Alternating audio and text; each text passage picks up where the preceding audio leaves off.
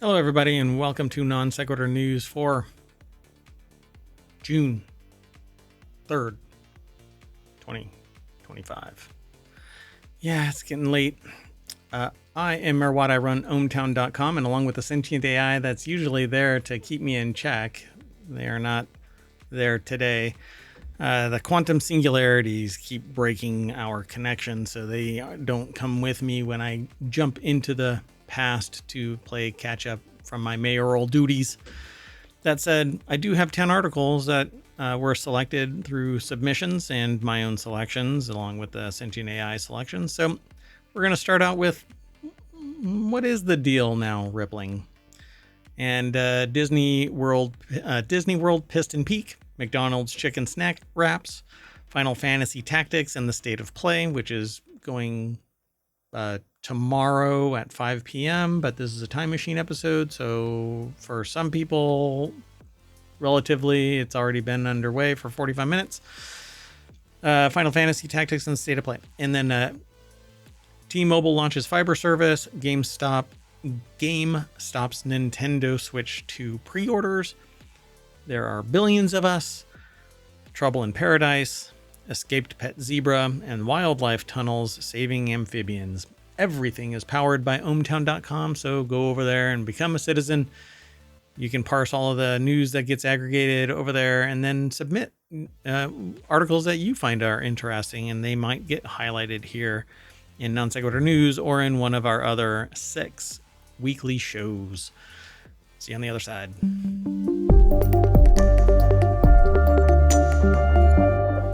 All right, everybody, let's get into this. We've kind of always had this problem here with going on. It's been brewing, okay? So Deel and Rippling, the agents have been trying, well, let's just say somebody has been either hacking in the digital sense or hacking in the psychosocial sense. But HR tech startup Deel is now accusing Rippling of spying by impersonating a customer. HR tech startup Deel filed an amended complaint on Tuesday in its ongoing legal battle against its arch rival Rippling that offers surprisingly new details about how its own corporate spying allegations. Rippling has sued Deel in March after a Rippling employee testified in an Irish court that he was spying on his employer for the rival. So now Deel is saying that Rippling is spying by impersonating a customer. All right. Julie Bort over at TechCrunch.com put the article together. So Rippling sued Deel in March after a Rippling employee testified, and Deel has now countersued, attempting to get the suit dismissed for technical reasons, but also making their own allegations that Rippling has been also spying. The amended complaint offers more details on what Deel is really going on. What the deal is, so to speak. Specifically, it alleges that one of Rippling's employees, who holds the job title of competitive intelligence, spent 6 months impersonating a legitimate Deel customer to gain unauthorized access to Deel's systems to meticulously analyze, record, and copy Deel's global products and the way Deel does business for Rippling's own benefit and use. I don't know. I mean, that's basically evaluating what the competition does.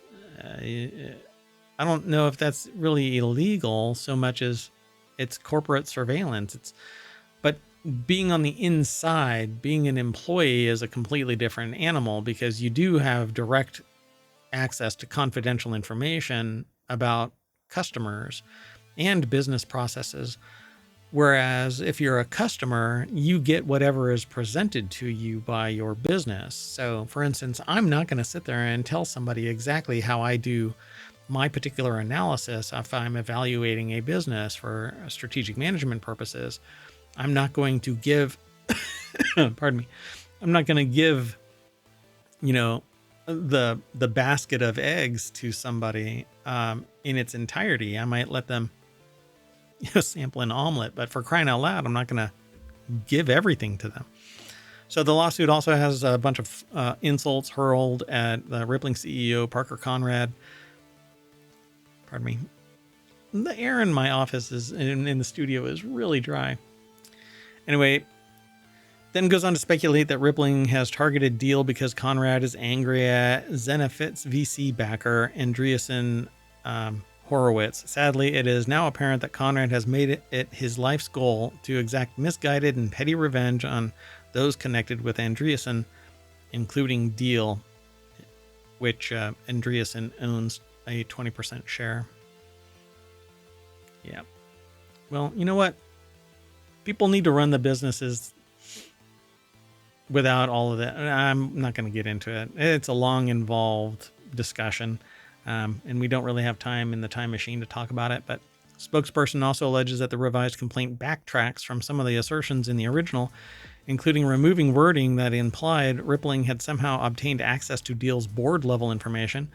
While the lawsuit is an entertaining read, and there's a link to it in this article, about the level of a typical Bravo network reality show, Deel appears to be attempting to make a tit-for-tat case about corporate spying, but the two sets of allegations are not about the same thing. Rippling is accusing Deel of paying an employee to gather information from Rippling's internal network. The employee who confessed to spying has testified that he gave Deel information that included sales leads and product roadmaps, etc., etc. Deel is accusing Rippling of unfairly learning about its product and features from the product itself, as well as the information it gives to its customers. That is my claim. It's completely a desperate plea to find equality in both of the complaints, and there is none. They are not at par with each other. Anyway, I think that Deel is basically up a creek. So we'll see how this plays out. Again, Julie Board over at TechCrunch. There's a lot more over at this article if you want to learn more about the minutia of it. But let's go on. The next article is over in the Wanted channel. First look at Disney World's Piston Peak Cars Land. Plus, what to know about Disney's 70th anniversary. We've talked about this before, 70th anniversary, but not Cars Land. The article is by Corrine Reichert over at cnet.com. Disney has just released the first map of Piston Peak National Park in Magic Kingdom, showing off its new Cars-themed land. So it really should be called Piston Peak National Park in Magic Kingdom, not Cars Land. They put like Cars Land up here. I don't know if that's something that they call it, but anyway. It's been 70 years since Disneyland opened its gates, and the original Disney park is now celebrating its anniversary. As Walt Disney himself predicted, Disneyland will never be completed as long as imagination remains in the world, and it's continuing to grow with new rides, experiences, and entertainment planned for 2025 and beyond. So here's the map of it. They actually show what it looks like in the style of the time, I suppose. A map of where to walk around in Piston Peak. The Rivers of America and Tom Sawyer Island at Disney World's Magic Kingdom are being repurposed to add an area themed around Pixar's Cars movies, which is weird because this IP is so old. This expansion of Frontierland, which currently encompasses Tiana's Bayou Adventure and Big Thunder Mountain Railroad, will get a Route 66 companion whose look is inspired by the Rocky Mountain area and the American frontier and its national parks, which is really interesting because the ride isn't inside the mountain. From my understanding, it's inside another building that's nearby, if I remember right. Anyway, Disney says Imagineers are using a style of architecture called parkitecture, which was developed by the National Park Service to create structures that harmonize with the natural environment. So on the map, you can see a running river surrounding the Piston Peak area with geysers spitting water. Trees will provide a natural barrier between the off-road rally and other parts of Frontierland and Liberty Square. This is basically Disneyland is Westworld. There's more to know, so you can go over to the CNET article. They basically say in this next segment that Disneyland's 70th anniversary is kicked off on May 16th. The original Disney park opened in on July 17th, 1955, but the celebration began 2 months early. You have plenty of time to get there, though. The celebration will continue for more than a year, running through summer of 2026. Come Celebrate Happy is the theme of the anniversary celebration, And Disneyland has an entirely new theme song performed by the Jonas Brothers. I won't play it here. Anyway, so how much do they cost? The tickets, $400 for a 4-day, 1 park per day ticket. $360 for a 3-day 1 park ticket. So if you're visiting Disneyland between May 16th and August 14th, if you can even get a place to stay at this point, you can buy tickets that are part of the Disneyland Anniversary ticket offer. Yay. And there's more. So 2 more rides at Avengers Campus. Disneyland California Adventure gets a Coco attraction and a new Avatar area in some time. It doesn't really say. Buzz Lightyear Space Ranger spin updates. I think this is goofy. Announced March 26th, the Tomorrowland attraction will get new ride vehicles with video monitors. I don't think Buzz Lightyear is there. It's weird. It's going to reopen sometime in 2026. Hollywood Studios is getting Monster Incorporated land. And much, much more. Go over and check out the CNET article. It's pretty comprehensive, folks. All right, the next article is over in Wanted. McDonald's coveted chicken snack wraps now has a release date. Thanks, Popeyes. The pressure from a similar Popeyes menu item forced Ronald McDonald hand. Maybe, but it doesn't matter. Snack wraps are back July 10th. Gail Cooper over at CNET.com put the article together. These are actually really, really good. But I've had these in other places. Burger King has these, and they were good. Let's see. Who else? I don't know. Checkers, I think, has them. They're really good. Popeyes, I've always thought that their actual, like the chicken itself is kind of bleh, flavorless without the sauce. You need the sauce. But that's just me.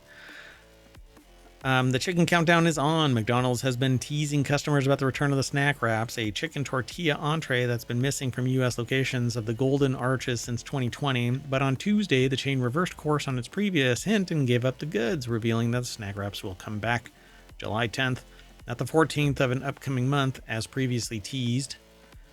The 10th. Yep, the 10th, not July 14th, which was the release date suspected by many, thanks to previous tweets. Pardon me 1 second. I'm doing this live, folks. I don't know what's going on here. Oh. All right. Sorry about that, folks. Anyway, a recent analysis by VegasInsider.com found that the snack wraps was by far the most searched for discontinued McDonald's item of 2025. Out of all 50 states in Washington, D.C., 47 states searched for snack wrap more than any other discontinued McDonald's item.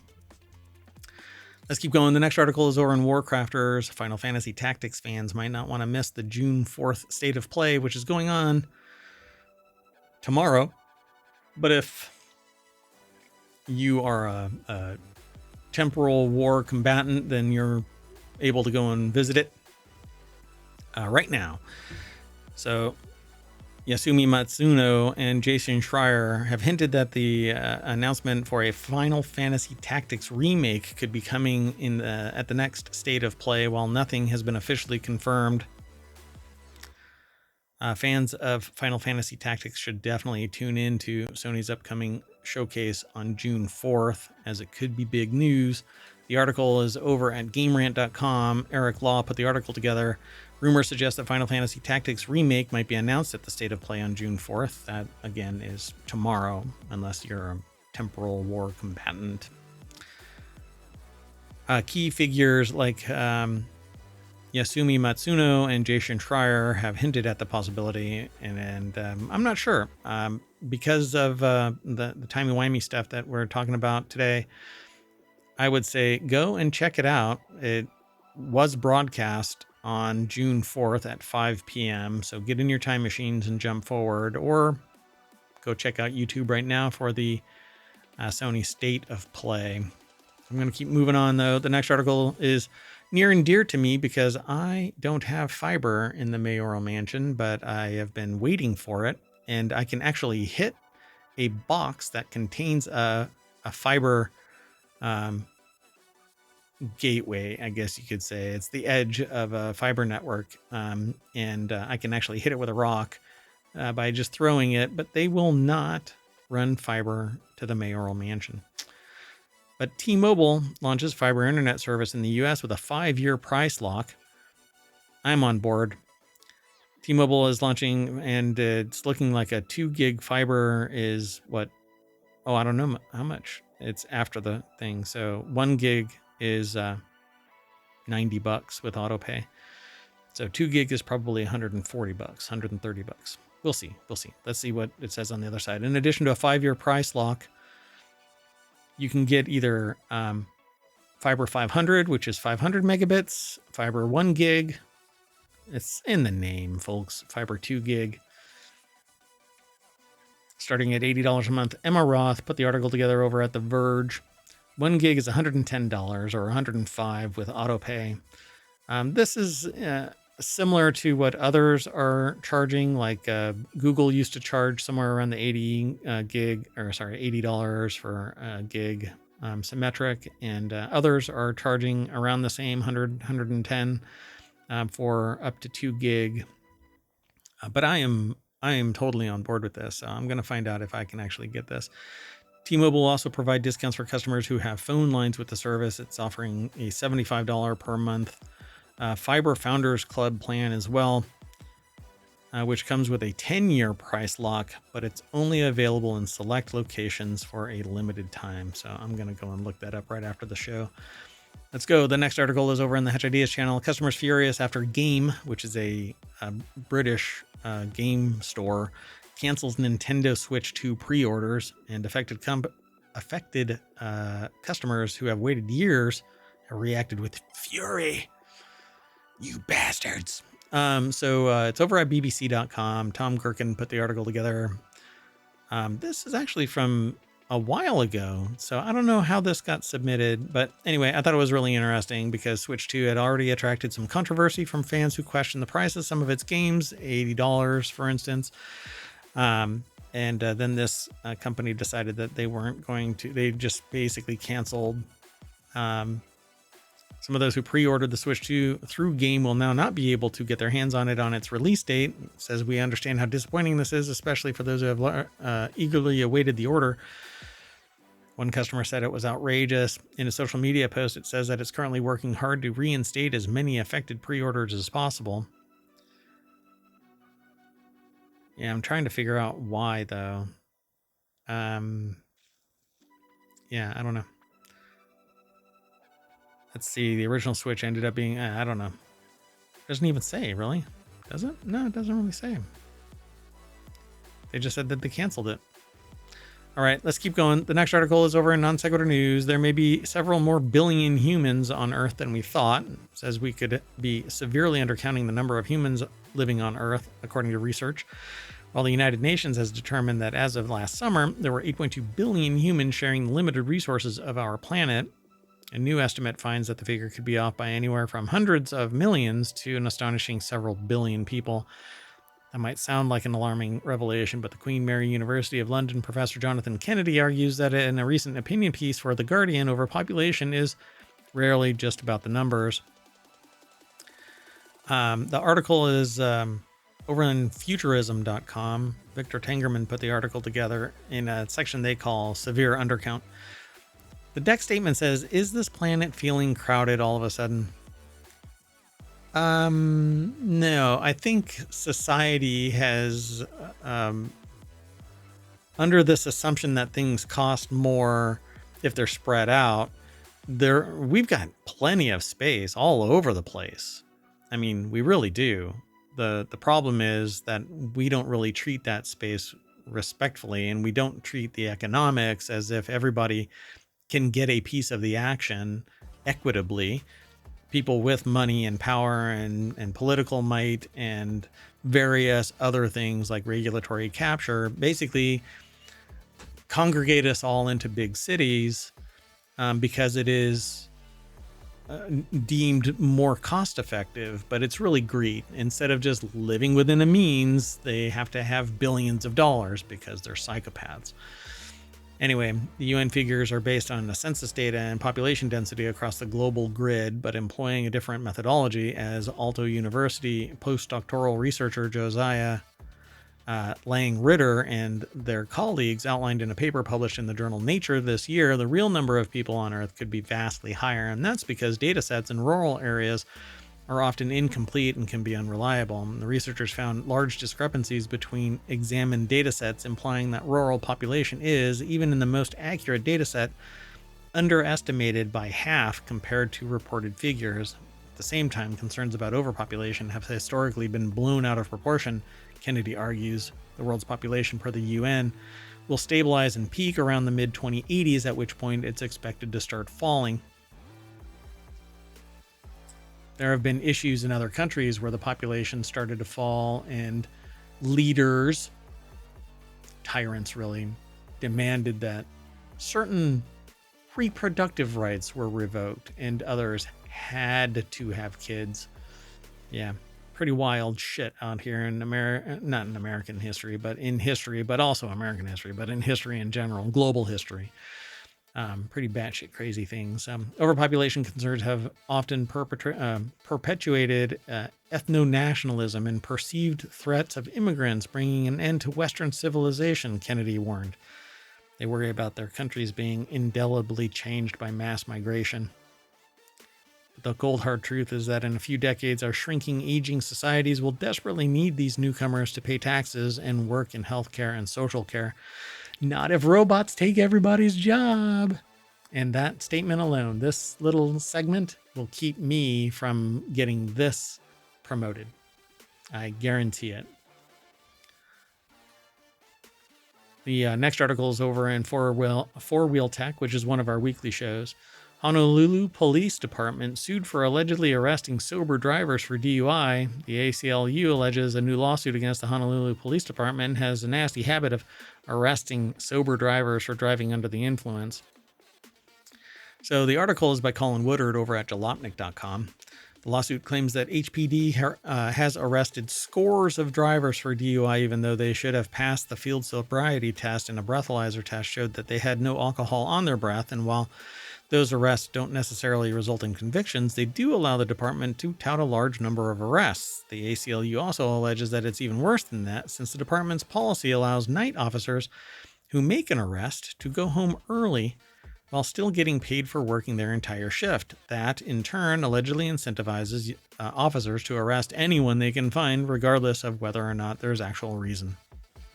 So there's more over there, but that pretty much suffices to say that people are, well, those with power abuse it eventually. And those who, within the system, who call it out are deemed not team players. It's just a social disorder of in groups and out groups. And, you know, if the in group has a great amount of might, then if you're not with them, you're against them kind of bullshit tyranny. Anyway, the next article is over in the Mobile Channel. An escaped pet zebra stopped traffic on a Tennessee interstate. Oh, and that last article will probably get this blocked from being promoted too. So it's just entertaining. I don't really talk about it all that much every once in a while, but it's happening a lot lately. And I don't even talk about politics. I talk about society, which I don't mention things like candidates. I mention policy, procedure, and the impact it has on society, not politics. It's kind of dumb. Anyway, a zebra is running wild in Tennessee. Drivers outside of Nashville were stunned to see what they spotted a pet zebra wreaking havoc on the interstate. Rutherford County Sheriff's Office said on Facebook, in fact, sheriff's deputies were forced to close the interstate because the zebra was zigzagging through traffic on both sides in the highway. The roadway, well, come on, they're zebra. They panic and run. Panic and run. Anyway, the zebra was spotted meandering through a subdivision, according to an ABC affiliate. It's like a pony with a big booty, says Susan Parsons. Visit Bald Zebra over at twitch.tv/Bald Zebra. You can find out about that. Anyway, Paige Gawley over at Vice.com put the article together. It's a horse with straps. So, in fact, deputies were forced to close an interstate because the zebra was wreaking havoc. The zebra pops up out of nowhere. We had to do a double take, like, is that a zebra? Says Danielle Piter. Told the local NBC affiliate he was heading towards the highway, so I was just so scared for it. I just hope it's safe and well and gets captured and found soon. Well, I hope it gets found and captured soon, actually. The other way around, if it gets captured and found. I guess the second part is implied by the first part. Anyway, can't believe that they're writing this, but nothing surprises me much anymore. He wrote, the Jonathan Beverly Commissioner, District 9. That's a sci-fi show. Anyway, yeah. There's a zebra loose near Epps Mill Road. Yes, an actual zebra. If seen, please do not approach. Authorities are assisting. And our final article for the June. Yeah, the June 3rd episode. Jeez, the time machine is messing with my head. It's messing with my head, man. 2 wildlife tunnels are saving thousands of amphibians from being crushed by cars in Vermont. New research finds a pair of underpasses installed under a road that crosses a migration corridor have led to an 80.2% reduction in amphibian deaths, and the ones that do get run over are, not the brightest of frogs? Or they've been told about the studies and they say, Reddit. But have they really absorbed the data? You should use the underpass. So Sarah Kuda over at Smithsonian Magazine or SmithsonianMag.com put the article together, and there's a cute little frog picture. Every spring, salamanders, frogs, and other amphibians in the northeastern United States migrate to their breeding grounds. Though some only need to travel a few hundred feet, the journeys often take them across busy roadways, and many end up being crushed by vehicles. I don't like the terminology being used. I don't like crushed. Poor little things. Anyway, ecologists say that the problem has a simple yet highly effective solution: wildlife underpasses. In Vermont, 2 underpasses installed nearly a decade ago have dramatically reduced amphibian deaths, cutting the animal's mortality by more than 80%, according to a new paper published in the Journal for Nature Conservation. Around Moncton, Vermont, the migration includes creatures like spotted salamanders, eastern newts, 4-toed salamanders, wood frogs, spring peepers, northern leopard frogs, and American toads, among other things.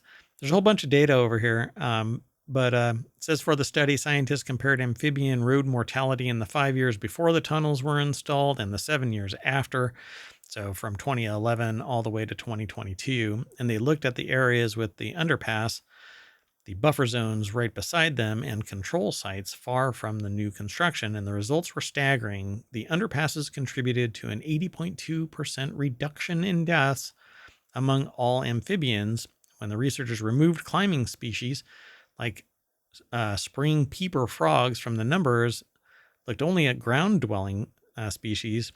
They saw a 94% decrease in deaths. So, yeah, these little underpasses were installed under the road and allow life to traverse modernity. That's how it works.